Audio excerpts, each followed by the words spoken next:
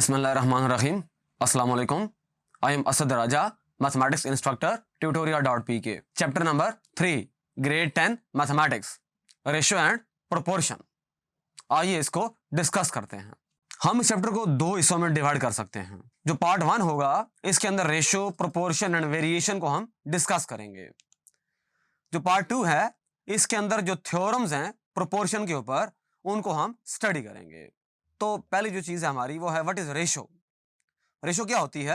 Ratio basically दो चीजों के दरमियान में कंपैरिजन है। जैसे एग्जांपल है, जैसे स्पीड है, किसी भी गाड़ी की स्पीड जो होती है वो बेसिकली डिस्टेंस और टाइम का कंपैरिजन है। हमारे पास कोई कार है या दो कारें हैं, तो उनका हम कंपैरिजन करना चाहें तो उनकी स्पीड को हम कंपेयर कर सकते हैं। अगर एक कार की स्पीड को मेजर करना चाहें तो उसका भी कंपैरिजन हो सकता है। उसके अलावा हमारे पास जैसे प्राइसेस हैं मार्केट के अंदर, मार्केट में चले जाते हैं तो वहां से हम कोई चीज परचेज करते हैं। फॉर एग्जांपल ऑयल की प्राइस अगर हमने चेक करनी है मार्केट के अंदर, तो प्राइस जो है पर यूनिट, अब ऑयल के लिए या तो यूनिट यूज होती है लीटर या बैरल, तो प्राइस जो होगी, पैसों का कंपैरिजन हम कर रहे हैं बैरल के साथ या लीटर के साथ, तो दो चीजों का जो कंपैरिजन है वो बेसिकली हमें रेशो देता है। इसका मीनिंग ये हुआ स्पीड भी एक रेशो है और जो प्राइस है मार्केट के अंदर वो भी एक रेशो है। सपोज करते हैं हमारे पास एक क्लास के अंदर 8 लड़कियां हैं और 7 लड़के हैं, तो रेशो क्या होगी 8 to 7 की? 8 गर्ल्स टू 7 बॉयज, 8 to 7 हम इसको लिख सकते हैं, यानी कि 8:7 या 8/7 हो सकता है। नेक्स्ट हमारे पास है प्रोपोर्शन। प्रोपोर्शन क्या चीज है? प्रोपोर्शन जो है वो बेसिकली दो रेशियोज की इक्वलिटी है। अगर दो रेशियोज को हम आपस में इक्वल कर दें तो हमें मिलता है प्रोपोर्शन। मैथमेटिकली इसको कैसे लिखते हैं, आइए इसको देखते हैं। If two ratios A ratio B and C ratio D are equal, then we can write A ratio B is equal to C ratio D। ये हमारे पास प्रोपोर्शन में है। चारों numbers A, B, C and D ये हमारे पास proportion में है।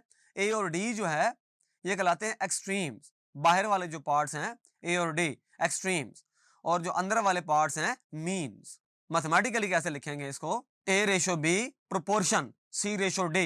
आप देख रहे हैं जहां 4 डॉट्स हैं हमारे पास, ये सिंबल ऑफ प्रोपोर्शन है, और जो 2 डॉट होते हैं ये रेशो का सिंबल है।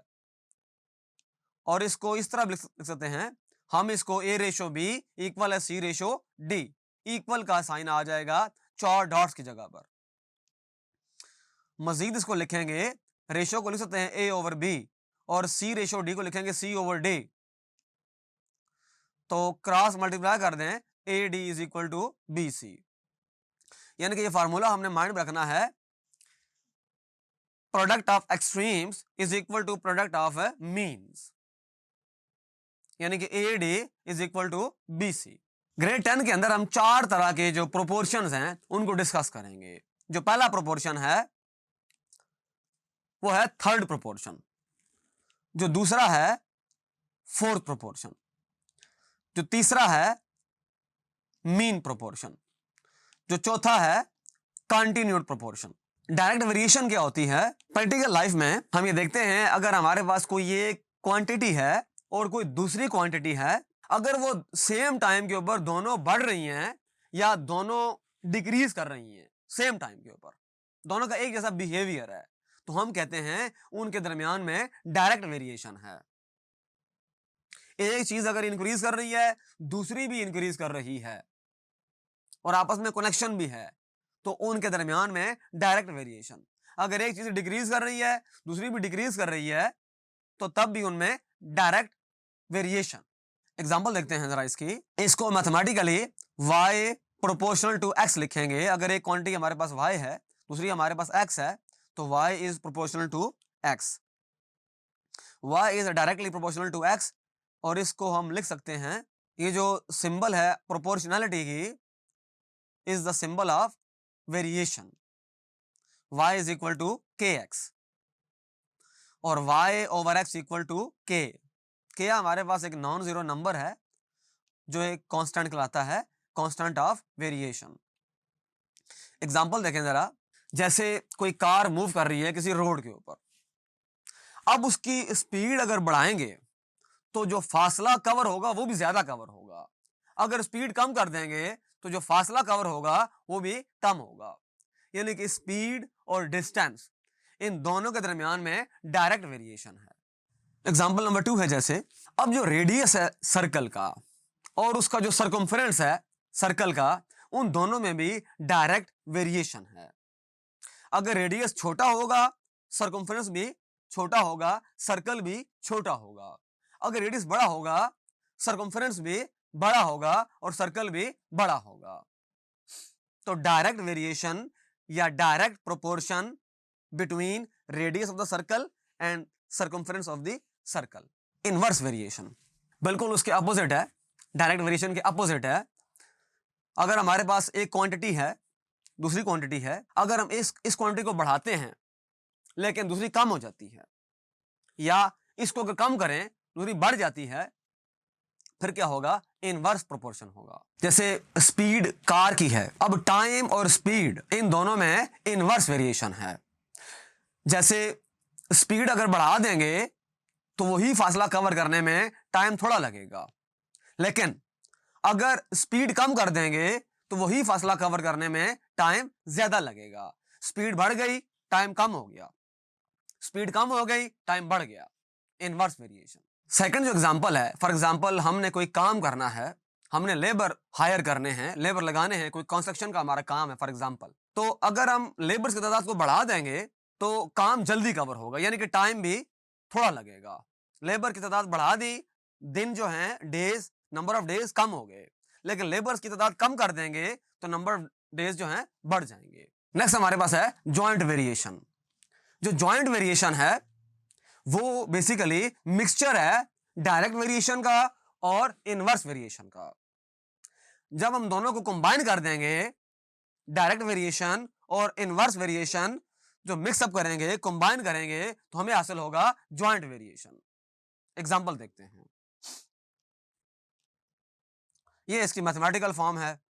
अगर y प्रोपोर्शनल है x के, अगर हमारे पास तीन वेरिएबल्स हैं x, y और z, y जो है डायरेक्टली प्रोपोर्शनल है x के और y डायरेक्टली प्रोपोर्शनल है 1/z के, यानी कि y इनवर्सली प्रोपोर्शनल है z के। जब हम बात करेंगे कि y is directly proportional to 1/z, तो इसका अल्टीमेट मतलब ये होगा कि y जो है वो z के इनवर्सली प्रोपोर्शनल है। इक्वेशन नंबर 1 में डायरेक्ट वेरिएशन है, इक्वेशन नंबर 2 में इनवर्स वेरिएशन है। अब हम दोनों को कंबाइन कर दें, k आ गया। k हमारे पास नॉन जीरो कांस्टेंट है। एग्जांपल है, न्यूटन जो था हिस्ट्री का जीनियस आदमी था, उसने मशहूर जमाना लॉ ऑफ ग्रेविटेशन को डिस्कवर किया। सपोज करें हमारे पास दो बॉडीज हैं, एक बॉडी का मास है m1, दूसरी बॉडी का मास है m2। उनके दरमियान में जो डिस्टेंस है वो स्मॉल d है, जैसा कि पिक्चर में आपको दिखाई दे रहा है।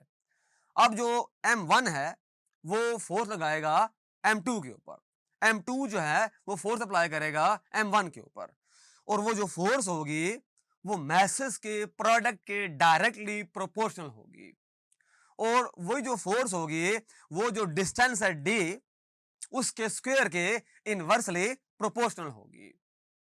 मैथमेटिकल फॉर्म क्या होगी इसकी?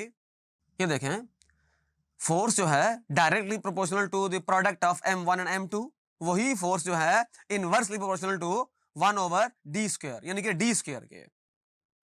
फोर्स जो है इनवर्सली प्रोपोर्शनल है d² के। तो हम इनको कंबाइन कर देते हैं दोनों को, इक्वेशन 1 इक्वेशन 2 को। जब कंबाइन कर दिया तो ये रिजल्ट आ गया। अब एक कांस्टेंट आ जाएगा g।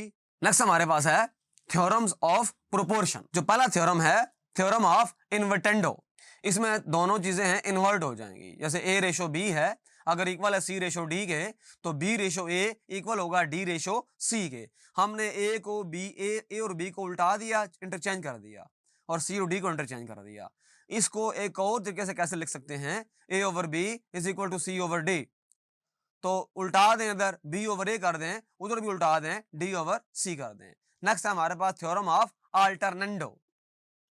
इसमें अल्टरनेशन हो जाएगी, a/b इक्वल टू c/d। तो A रेशो C हो जाएगा B रेशो D, यानी कि B को रिप्लेस कर दिया C के साथ, C की जगह पर B चला गया, B की जगह पर C आ गया। इसकी दूसरी फॉर्म कैसे लिखेंगे? A over B is equal to C over D, A over C is equal to B over D। Next हमारे पास theorem of componendo. If A ratio B is equal to C ratio D, then A plus B ratio B is equal to C plus D ratio D।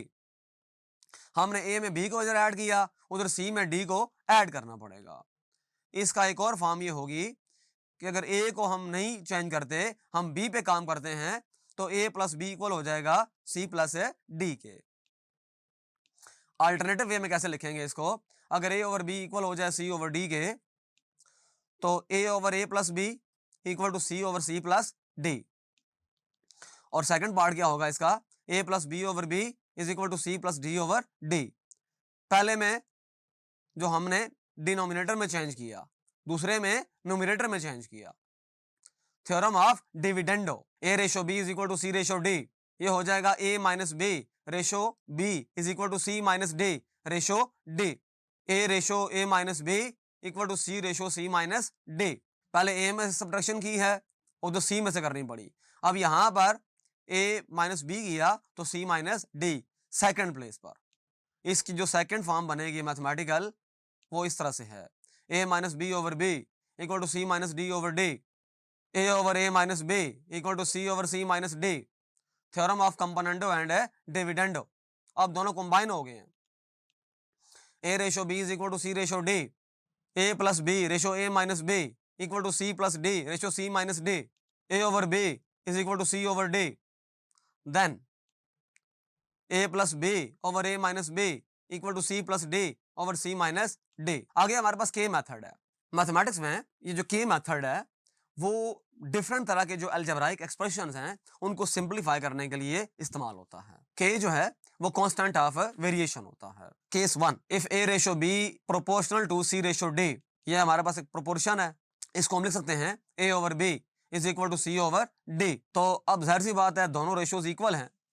जब दो ratios equal हैं, तो ultimately जब उनको solve करेंगे तो एक ही number आएगा, वो K है। अच्छा, अब दोनों को सेपरेट पुट कर दें। A over B is equal to K, A is equal to B के, and C over D is equal to K, C equal to D के।